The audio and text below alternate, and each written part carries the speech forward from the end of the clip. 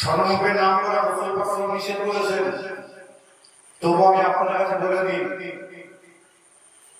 এই রাজ্যে একজন মুহাক্কিক মুবাররিস আলেম যদি হয়, জনাব হযরত মাওলানা আলাস আব্দুল কাইয়ুম সাহেব আছেন।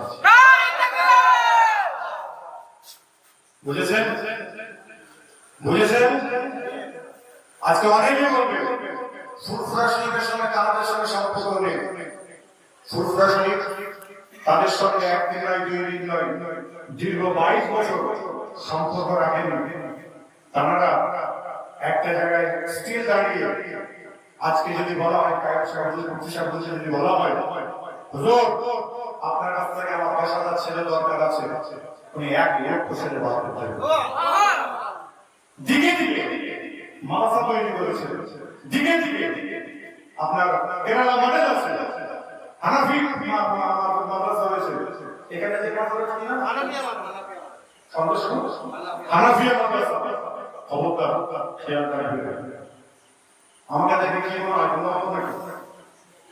জোরে বলবে অনেকে আছে না, উনি ঠিক আছে, উনি ওনার সঙ্গে কেন দরকার হবে, বেটাটা ঘরের সামনে পেলে না, বললাম না, দমন করবে, ঝগড়া করবে, কর্মস্থান থাকবে, তো অকাপের সম্পত্তি থাকবে, মসজিদ থাকবে, ঈদগাহ থাকবে। যদি আলোচনা করার কারণ কোনো প্রশ্ন যদি থাকে, আমি ফুরফুরা বাড়িতে থাকি, আমার কাছে যাবে, বসে আমি আরো কিছু আলোচনা আপনার কাছে করবো ইনশাআল্লাহ। খবরদার এই জালসাকে আল্লাহ যেন কবুল করে, দোয়া করি, এবং হানাফি মাদ্রাসাকে আল্লাহ যেন কবুল করে। আমি কথা দিয়েছি, আপনারা খবরদার সহযোগিতা সহযোগিতা যেভাবে করে সেভাবে করবেন। আমিও কমিটির ভাইদের সঙ্গে বসবো, আলোচনা করবো।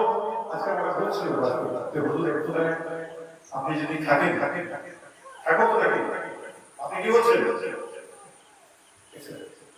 অবশ্যই। আর কি বলবেন? আমাদের পেরো মেয়েরা থাকবেন, ওসব ফিতনার জায়গায় থাকবেন না, একতার জায়গায় থাকবে।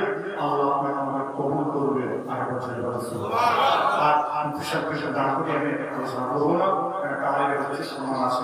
আপনার সকলে বসুন, সকল আমার জন্য দোয়া করবে, আপনার জন্য আমি দোয়া করবো। আমি সালাম দিই, আসসালামু আলাইকুম।